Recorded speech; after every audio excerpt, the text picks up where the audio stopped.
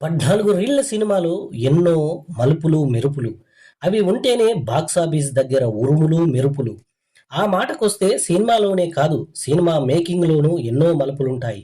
అందుకే ఓ successful cinema తయారీ కూడా సినిమా అంత ఆసక్తికరం. 'ఆంధ్రవాల డిజాస్టర్' అప్పటికి వరుసగా 4 హిట్లు ఇచ్చి ఉన్న పూరీ జగన్నాథ్ కెరీర్‌లో అతిపెద్ద కుదుపు ఇది. లెక్కలన్నీ తారుమారు. ఏం చెయ్యాలో, ఏం చేయకూడదో తెలియని పరిస్థితి. చిరంజీవితో ఓ ప్రాజెక్టు గురించి ఎప్పటినుంచో చర్చలు జరుగుతున్నాయి.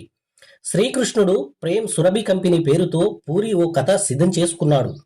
చిరంజీవికి అది వినిపించాలి. ఆయన గ్రీన్ సిగ్నల్ ఇవ్వాలి. ప్రాజెక్టు పట్టాలెక్కాలి. అదంతా పెద్ద ప్రొసీజర్. పూరికి పేషెన్స్ తక్కువ. అది అసహనం కాదు, వేగం. ఖాళీగా కూర్చోకూడదనే తత్వం. బద్రి టైంలో చేసుకున్న ఓ స్క్రిప్ట్ గుర్తుకొచ్చింది. బూజు దులిపాడు. ఉత్తమ్ సింగ్ సన్నాఫ్ సూర్యనారాయణ.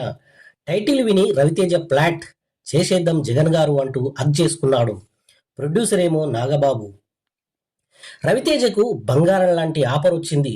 తమిళంలో super duper blockbuster hit అయిన చరణ్ సినిమా. ఆటోగ్రాఫ్ తెలుగు రీమేక్ లో చేసే ఛాన్స్ వదులుకోకూడదు. వదిలితే ఎవరో ఒకరు చేసేస్తారు. రవితేజ ఆర్ట్ని టచ్ చేసే సినిమా అది. దాంతో ఆటోగ్రాఫ్ ఇచ్చేశాడు మన రవితేజ గారు. ఉత్తమ్ సింగ్ కి తాత్కాలిక బ్రేక్. ఇక్కడ పూరి ఖాళీగా ఉండలేదు కదా. తమ్ముడు సాయిరామ్ శంకర్తో 1/4 సినిమా తీశాడు, రిలీజ్ అయింది. రవితేజ అప్పటికీ ఖాళీగా లేడు. పూరి అన్నాలు ఆగలేడు. ఎవరితో ఒకరితో ఉత్తమ్ సింగ్ చేసేయాలనుకున్నాడు. సోన్ సూద్ కనబడ్డాడు. బాలీవుడ్ యాక్టర్, ఒడ్డు పొడుగు బావుంటాడు. పూరికి అతనితో ఎక్స్పెరిమెంట్ చేద్దామనిపించింది. కానీ లెక్కలు కుదరలేదు. మళ్ళీ బ్రేక్. 2004 నవంబర్ 3 రాత్రి 9:10 అయింది. హైదరాబాద్ తాజ్ హోటల్లో పూరి, మహేష్ కూర్చున్నారు. మహేష్కి పూరి కథ చెప్పాలి. 3 ఏళ్ల తర్వాత సెకండ్ మీటింగ్. అప్పుడేదో కథ చెబితే నచ్చలేదన్నాడు సూపర్ స్టార్ మహేష్ బాబు. ఇడియట్ సినిమా మహేష్తోనే చేయాలనుకున్నాడు.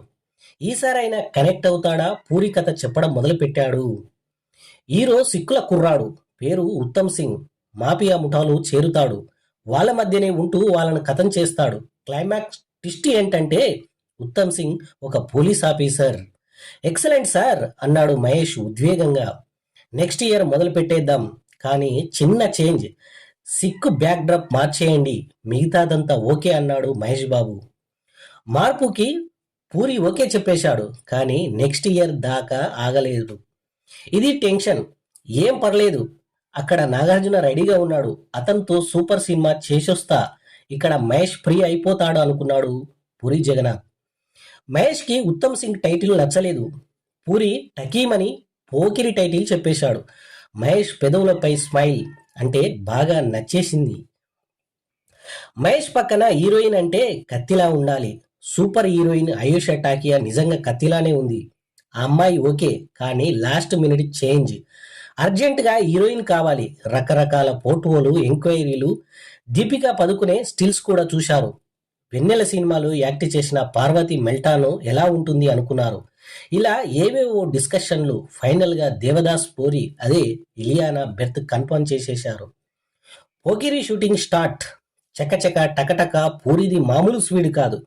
మహేష్ కంగారు పడిపోయాడు. ఇదేంటబ్బా అనుకున్నాడు. అన్ని సింగిల్ టేకులే. వారం తర్వాత పూరి స్టైల్ అర్థమైపోయింది మహేష్ బాబుకి. భలే ఉంది అనుకున్నాడు. మహేష్ క్రాప్ మారింది, గెటప్ మారింది, డైలాగ్ డెలివరీ మారింది. మహేష్ కొత్త లుక్, కొత్త క్యారెక్టరైజేషన్. 70 రోజుల్లో సినిమా ఫినిష్. ఎప్పుడొచ్చామన్నది కాదన్నయ్యా, బుల్లెట్ దిగిందా లేదా. బాక్స్ ఆఫీస్ దగ్గర దుమ్ము దులిపాడు. 2006 ఏప్రిల్ 28 రిలీజ్ అయిన ఈ సినిమా దడదడలాడించేసింది. రికార్డులన్నీ చెల్లాచెదురైపోయాయి. మహేష్ కి సూపర్ స్టార్డమ్. పూరికి టాప్ డైరెక్టర్ హోదా. Ileana star heroine. ప్రతిదీ పేలింది. డైలాగ్స్, సాంగ్స్, ఉప్మా సీన్, ముష్టివాల కామెడీ, బ్రెమ్మి సాఫ్ట్వేర్ ఎపిసోడ్, ఇలా అన్ని అదుర్స్. మా సినిమా అంటే ఇలా ఉండాలి. ఇకపై ఇదే టెక్స్ట్ బుక్. పోకిరి లాంటి సినిమాలే కావాలంటూ ఇతర హీరోలు కలలు. 75 సంవత్సరాల తెలుగు సినిమా చరిత్రలోనే కాదు, ఇప్పటికీ పోకిరి ఓ సెన్సేషన్. మళ్ళీ ఒకసారి చూడాలనిపిస్తుంది. మళ్ళీ మళ్ళీ చూడాలనిపిస్తుంది. ఇది ఫ్రెండ్స్ పోకిరి సినిమా గురించి.